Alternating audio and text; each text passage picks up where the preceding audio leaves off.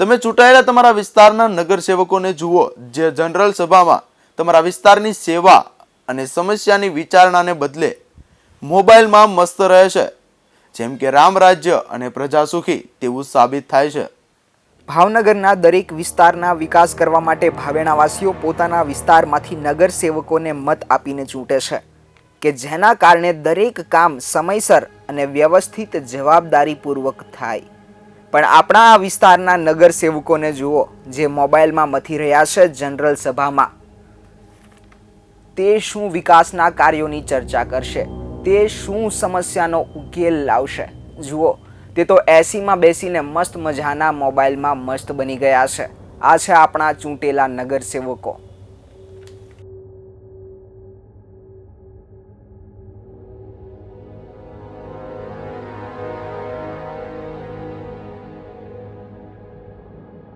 General સભાનું આયોજન એટલા માટે થાય કે ત્યાં દરેક વિસ્તારના શહેરના નગરસેવકો મળી શહેરમાં કયા કામ બાકી છે, કયા કામ કરવાની જરૂર છે, લોકોને શું મુશ્કેલીઓ પડી રહી છે તેનું નિરાકરણ લાવવાનું હોય છે. ત્યારે જુઓ, જનરલ સભામાં મોટા ભાગના ભાવનગરના નગરસેવકો મોબાઈલ શરૂ કરીને જ બેઠા હોય છે. કોઈ ફેસબુક પર પોતાના ફોટા મૂકે છે, તો કોઈ વોટ્સએપમાં ગપશપ કરે છે, તો વળી કોઈ ગેમ રમવામાં મસ્ત જોવા મળે છે.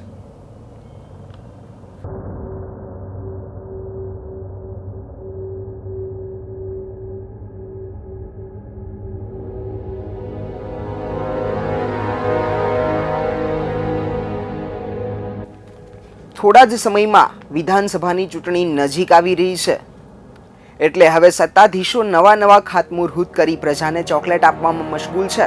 તો સાથે 50% મહિલા અનામતમાં આ જનરલ સભામાં આ મહિલાઓને જુઓ, જે મોબાઈલમાં મસ્ત મગ્ન બની ગયા છે અને કેમેરો તેમની સામે આવી રહ્યો છે ત્યારે તેઓ જુઓ મોબાઈલ પણ સંતાડી રહ્યા છે. આ છે આપણા વિસ્તારના નગરસેવકો, જેમને આપણે સારા કાર્યો કરવા માટે, સમસ્યાના નિકાલ માટે ચૂંટેલા નગરસેવકો છે. તે એસીની હવામાં મોબાઈલમાં મસ્ત રહે છે. ત્યારે એવું લાગે કે જનરલ સભામાં અહીંયા મોબાઈલ પર પ્રતિબંધ હોવો જરૂરી છે.